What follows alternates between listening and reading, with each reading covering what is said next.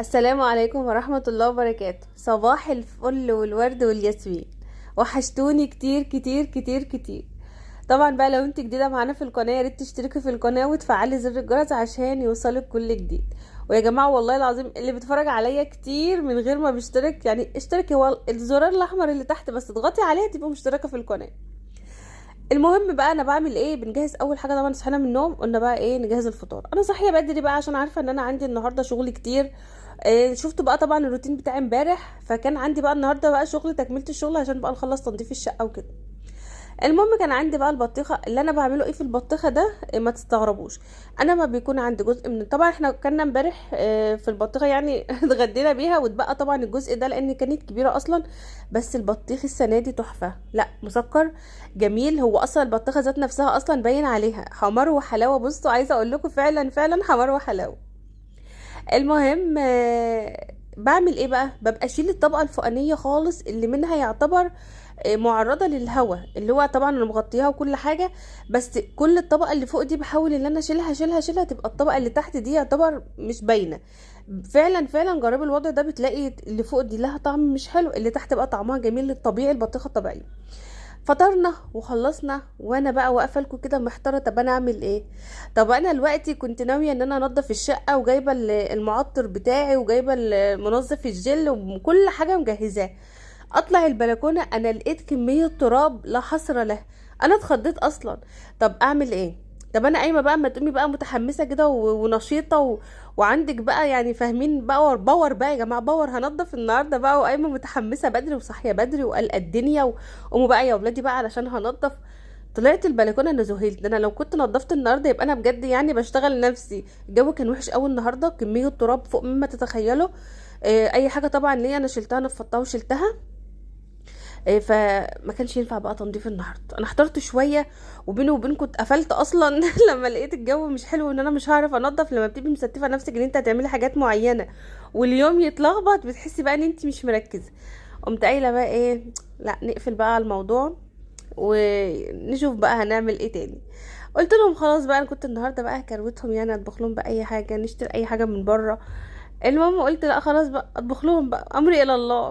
ولاد المحظوظين دولت يعني حظهم النهارده. المهم بقى ايه، مسكت رحت جبت بقى فرخه وجيت. اول حاجه خالص نضفت الفرخه بقى. طبعا انتوا عارفين انا نضفتها معاكم قبل كده والله العظيم. بصوا اقسم بالله انا كنت بقطع الفرخه، انا ما عارفه انا هطبخ ايه او ان انا هعملها ايه او ان انا اصلا مفيش حاجه في دماغي يعني فاهمين. هو انا نضفتها وخلاص وقطعتها وسبتها شويه افكر بقى جنبها كده. المهم قاعد بقى يجيني كده ايه حاجات في دماغي ان انا اعملها. قلت خلاص انا هولعها الاول اولع على الفرخه الاول بشوربه كده واشوف انا هعمل ايه. أنا طبعا مش عايزه اعملها مشويه، مش عايزه اعملها صينيه، مش عايزه اعملها سليمه، عايزه اعمل حاجه جديده، عايزه احس ان انا فعلا في حاجه جديده بعمل. المهم طبعا حطيت قطعه سمنه بلدي وحطيت بقى فيها بصله كده اتشوحت. وبعد كده بضيف الفراخ. بتحطي بقى الفراخ وتحطي عليها طماطميه. انتوا عارفين بقى طبعا بتتشوح بملح وفلفل اسمر. وحطيت كمان معاها حب اللي هو اللهم صل على النبي، حبهان بقى ومستكه وكبابه صيني والحاجات دي. بصوا بتشمي بقى ريحه للفراخ جميله قوي، احلى من انك تعمليها مسلوقه بس كده من غير اي حاجه وبعدين. لا بتبقى حلوه قوي لما بتتشوح قبل ما بتضيفي لها الشوربه بتاعتها. طبعا لما بتنزل الصوص بتاعها وبترجع تشربه تاني بضيف الشوربه، واحلى شوربه بقى ممكن تشربيها. سبت بقى الفراخ تستوي لان انا مش محتاجه من الفراخ تستوي اكتر من 3/4 سوا بس. هنا بقى كنت بسلق مكرونه وكمان كنت بغلي لبن. طب انا بعمل ايه، ولادي بقى طلعوا لي كده قالوا لي يا ماما احنا عايزين ناكل مكرونه بالوايت صوص. يا جماعه طب ما نعملها بشاميل. لا يا ماما بالوايت صوص. طب يا جماعه المهم مفيش فايده، اللي في دماغهم في دماغهم. قلت يلا بقى مش مشكله، هم عملوني اشتغلتهم النهارده. قمت جايبه عامله بقى ايه الفراخ. احنا بصوا انا طبخت النهارده طبيخ في الوسط برضو عشان يعني باباهم وكده اما يجي ممكن ما يحبش الوايت صوص ده. فانا حبيت ان انا برضو اعمل كذا حاجه بحيث ان اللي ما ياكلش حاجه ياكل التاني. جبت الفرخه بقى كانت 3/4 سوا. عملت ايه، محمرتهاش بقى ولا اي حاجه، هي مسلوقه اهي. شلت بس الجلد منها، مش عايزه الجلد خالص يعني مش محتاجاه. لان هقول لكم دلوقتي انا هعمل ايه. طبعا زي ما انتم شايفين انا خدت شلت الجلد منها وحاولت ان انا احافظ عليها، بس هي 3/4 سوا يعني لسه محتاجه برضو تكه، ما استوتش سوا كامل. هاخد قطعه من الصدر ده واسيب الكتف زي ما هو. ونفس النظام برضو هعمل في الصدر التاني، هسيب الكتف واخد برضو قطعه من الايه من الصدر. هقطع القطع دي كلها كده مربعات مربعات. دلوقتي القطع المربعات دي انا بعملها للوايت صوص. ممكن تبقى نية عادي وتشوحها مع البصل، بس انا حبيت ان انا اسلقها، مش عارفه هي جت معايا كده. ممكن تعملها زي الشاورما من غير طبعا بقى فلفل الوان وحاجات من دي، بس انا قلت بقى مش مشكله، انا هسلق كله واقوم مقطعاها وهقول لكم انا هعملها ازاي بالظبط. المهم قطعتها بقى مربعات زي ما انتم شايفين، هي برضو لسه فيها التكه ديت. وسبتها بقى ايه، وقلت انا هشوف انا هعمل ايه. قطعتها وظبطتها وحطيتها في طبق، حتى بنتي كانت جت تاكل منها، قلت لها لا لسه شويه اصبري عليها.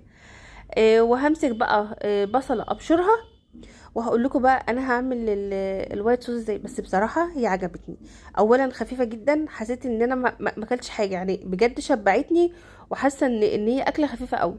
قبل بقى ما اروح اعملها انا كنت مشغله الفرن اعمل معمر بالفراخ.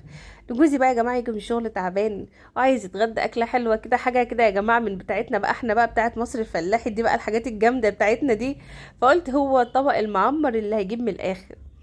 المهم قلت اما اعمله في الطواجن، ما استعملش الطواجن بقالي فتره. جبت شويه رز، بس خدي بالك ان المعمر في الطواجن غير الصواني خالص، بيحتاج كميه من اللبن والشوربه اكتر من الطبيعي اللي انت بتعمليه. عشان كده انا حاطه شويه رز مش كتار في الطاجن، لان لسه هضيف له فراخ، وعشان كمان يعني ايه يبقى واخد راحته، ما يبقاش الوضع يعني فاهمين، ما يزيدش قوي في الطاجن. هحط طبعا، حطيت لبن صافي. هامله بقى طبعا الطواجن كلها، وكان بقى فيه وش وكده اللبن بصراحه كان حلو قوي.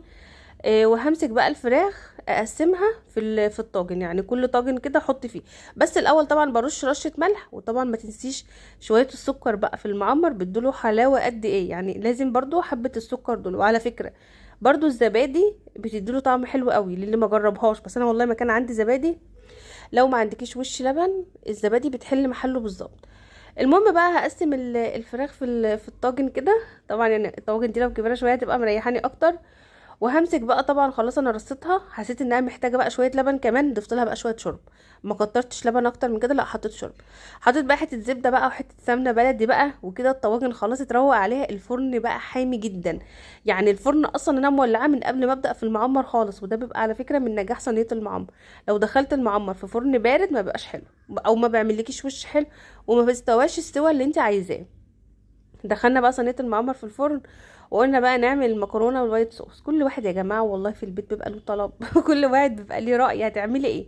اللي بتظلم بقى في الليله دي كلها احنا، بس يلا الحمد لله. تعالوا بقى ما اقول لكم الورطه اللي انا ورطتها لنفسي. انا راح اعمل ايه، مكرونه بالوايت صوص، تمام. بتبقى لونها ايه، وايت يا جماعه، وايت ابيض. شوفوا بقى الكارثه بقى اللي انا عملتها، يعني واحده واحده بقى، ده انا مبطئه الفيديو كمان. راح احط كاري. طب انا بحط كاري ليه، انا مش عارف. شوف انا كان نفسي في المنظر ده بقى، وانا رايحه يعني فاهمين لما اتصدمت بقى ولقيتني حطيت كاري، وانا ما خدتش بالي، انا مفكراه حاجه تانية، وما فوجئتش ان هو كده اللي بعد ما حطيته. طب اعمل ايه شلته طبعا، حطيته في طبق، وعملت بصله جديده وبشوحها دلوقتي. بس طبعا زعلانه ان انا البصله دي هرميها، يعني بعد ما حطيت حته سمنه بلدي بقى وشويه زيت وشوحت البصله هرميها. فالمهم طول ما انا قاعده بعمل بقى في المكرونه، انا قاعده بفكر انا هعمل ايه بالبصله دي. مش هين عليا ان انا ارميها، مش بخل والله ولا استخسار، لا انت بيعز عليكي الحاجه ان انت ترميها، طب خساره. المهم برضو لقيت لها حل والله والعظيم وطلعت تحفه. انا عايزه اقول لكم والله كانت احنا دماغنا شغاله. بصوا يا جماعه احنا دماغنا شغاله مش واقفه. هنا بقى تعالوا ما اكمل لكم احنا تهنا ليه.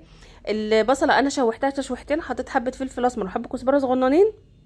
وعملت ايه بقى، ونزلت بالفراخ قلبتها برضو تقلبتين، وقمت نازله عليها بقى ب3 معالق دقيق كفايه، لان انا مش عايزه الصوص بتاع البشاميل يبقى تقيل، انا عايزاه لا حلو كده يعني فاهمين، خفيف مش تقيل قوي. حطيت بقى شويه اللبن الباقيين عندي وهقلب بقى. اول ما احس ان الدنيا عندي بدات تتقل سنه، انا حطيت على فكره لبن نيدو. وخدها بقى قاعده معاكي، اللبن نيدو في البشاميل بيديله تسكيره حلوه قوي، وبيديله طعم حلو قوي، وكمان قوام حلو قوي. مش هتخسري حاجه، سواء لبن نيدو او اللبن يا جماعه السايب اللي هو البودره، تحفه. جربيه صدقيني على ضمانتي انا هتلاقيه زي الفل. اول ما الصوص بدا خلاص يتقل سنه كده، قمت ضايفه بقى المكرونه المسلوقه. بس طبعا انا دقته لقيت الطعم بتاعه تحفه، مش محتاج اي حاجه. ده كان بقى صينيه اللهم صل على النبي، صينيه المعمر شغاله بقى في الفرن، وخلاص الوايت صوص كده انا مهديه عليها بقى سنه. دول الصنفين خلاص اتعملوا، والبصله بقى البصله بقى اللي انا عملتها دي لازم اشوف لها حل. اعمل لكم ايه بقى؟ قمت جايبه كوبايتين دقيق، كوبايتين بس والله بالعدد عشان هعمل فطيره واحده، وحطيت عليها حبه البركه. المفروض بتحط سمسم بس انا ما بحبش السمسم بصراحه قوي، فما رضيتش احط. وحطيت حبه ملح صغننين وحبه سكر صغننين، ومسكت بقى ده كله، ولا عجينه ولا خميره ولا حاجه، ومسكت ده كله بقى عجنته على الرخامه. بس العجينه كانت حلوه قوي، مش عارفه ليه، يعني هي ما فيهاش اي حاجه ولا اي افتكاسات ولا اي حاجه، بس والله العظيم العجينه يلا بتيجي بقى كده في ايام بتبقى حلوه. حطيت بقى نقطه زيت، يعني انا قاعده بحرف في الاكلات. اقول لكم ليه؟ هو الوايت صوص انا عملته مظبوط والله يا جماعه. الخطوه اللي انا بعملها بتاعه الفطيره دي اصلا دي طريقه اردنيه، مش مصريه ولا حاجه. وكنت شفتها وكانت عجبتني قوي، كان نفسي قوي في يوم اعمل. انا بقى لو عارفه ان انا هضطر ليها وان انا اعملها كنت عملت الفراخ مشويه. لكن انا ما جاش في دماغي، مش عارفه والله ان كل حاجه جت بالصدفه، عشان كده انا عملت الفراخ مع المعمول. لولا كده كنت عملت، لو كنت عارفه ان هعمل الفطيره دي كنت عملت الفراخ مشويه. المهم لا، وبعدين انا قعدت احرف بيها، يعني فاهمين، حرفت فيها تحريف. يعني هو المفروض بتبقى زيت زيتون، طب احنا ما بنحبش الزيت زيتون، قمنا جايبين زيت ذره. ايه تاني يا ربي؟ بتحط فيها سمسم، انا ما بحبش السمسم محط. بصوا اعملوا الحاجه اللي انتوا بتحبوها، مش شرط ان بنفس النمط وبنفس الطريقه. طبعا غصب الفطيره بتلاقيها مفتحه معاكي شويه، ده غصب، لان طبعا فيها حبه البركه، فطبعا بتقطع في الدقيق شويه، فدي حاجه طبيعيه عادي. المهم بس انت افردي ولا يهمك، افردي وهتلاقيها زي الفل. بتمسكي بقى البصل بالكاري اللي انا غلطت فيه وعملته ده، بتفرديه بقى على الفطيره. عايزه اقول لكم طعمها حكايه، انا والله العظيم انا كنت بعملها وقلت هي وحظها بقى، يبقى انا اسمي جربت حتى. لا طعمها ايه ده، تحفه. زي بصوا احلى من الجلاش، والبصل قد ايه محليه، لا بجد جميله جميله جميله.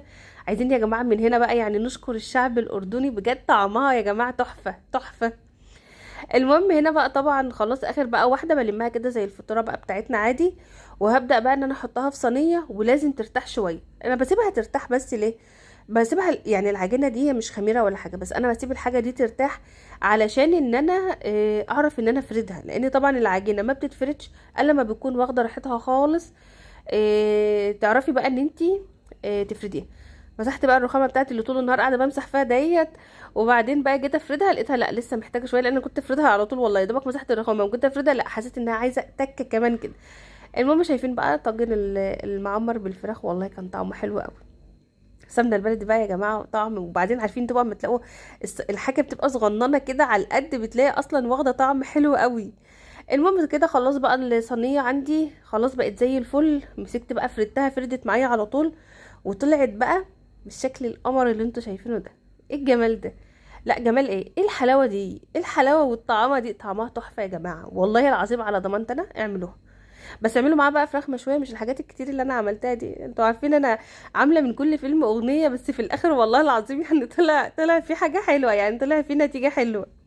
لا الفطيره حلوه قوي، بس طبعا لما تيجي تعمليها اعمليها مع فراخ مشويه. انا بقى اللي اضطريت عشان ما ارميش البصل اللي هو بالكاري ده، ان انا اعمل كده. تعالوا بقى على الاختراع التاني التحفه ده. هو مش اختراع ولا حاجه، هي الناس كلها بتعمله وكل حاجه، بس بصوا انا اول مره اعمله. انتوا عارفين الناس صريحه معاكم، والله العظيم انا اول مره اعمل المكرونه بالوايت صوص. لا رهيبه رهيبه بجد، حلوه قوي لولادك ومفيده. وهو ايه، كيس مكرونه وقطعه فراخ وبس، وبألف هنا وشفا. والله العظيم طعمها حلو قوي، وتغيير كمان عن المكرونه البشاميل. ساعات في ولادنا بيستثقلوا المكرونه، لا جربيها على ضمانتي. انا بص مبسوطه قوي بالفيديو بتاعي النهارده، حاسه بجد ان انا مبسوطه قوي باللي انا عملته النهارده.